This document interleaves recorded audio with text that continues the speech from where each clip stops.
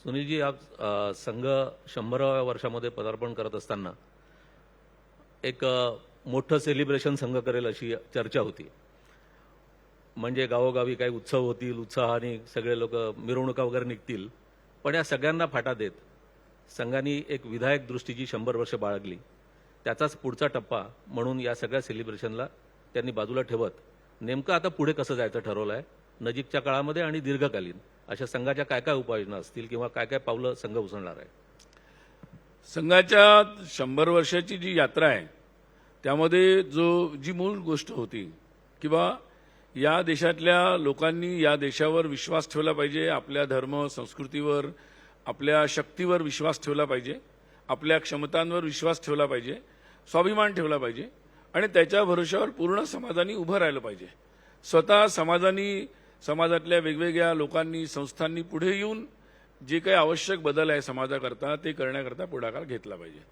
त्याकरता जे एक वातावरण त्याला पुढाकार घेणारे जे लोक पाहिजे होते त्याकरता एक अशा लोकांची उभारणी करण्याचं काम संघाने हाती घेतलं होतं आणि सुरुवातीपासून संघाने आपली पूर्ण शक्ती त्याच्यावर लावली.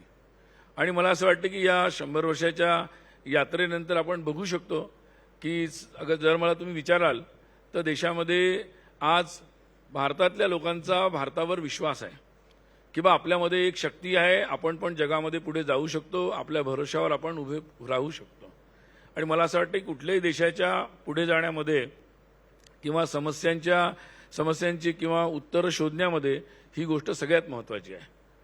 आणि दुसरी गोष्ट अशी आहे की अशा प्रकारचं जे वातावरण आज झालं आहे, हिंदू म्हणजे हिंदूचा अर्थ होतो आपल्या परंपरा, आपला धर्म, आपली संस्कृती, आपला परिचय, याचा जो एक स्वाभिमान पाहिजे देश, तो स्वाभिमान सुद्धा आज मला असं वाटतं की समाजामध्ये जागृत होतोय. आणि हा कोणाच्या विरोधात नाही आहे. हा जसं आपण आपल्या नावाबद्दल आपल्या देशाबद्दल स्वाभिमान करणं ही सकारात्मक गोष्ट आहे. त्याबद्दल काही असं मनामध्ये न्यूनगंड ठेवण्याचं काहीच कारण नाही. आणि त्यामुळं त्या दृष्टीने मला असं वाटतं की या 100 वर्षाच्या यात्रेमध्ये ही गोष्ट एक पुढे आलेली आहे.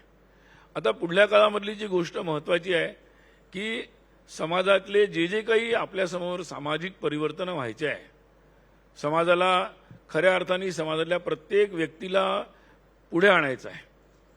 म्हणजे बरेच वेळा त्याचे वेगवेगळ्या प्रकारे उत्तरं बरेच लोक सांगतात, परंतु त्याचं खरं उत्तर तेव्हाच मिळेल जेव्हा समाजातलं प्रत्येक घटक ही चिंता करेल की बा माझ्या बाजूबाजूला जे काही असं असेल त्यांना पण मी पुढे घेणार, आपल्यासोबत घेणार.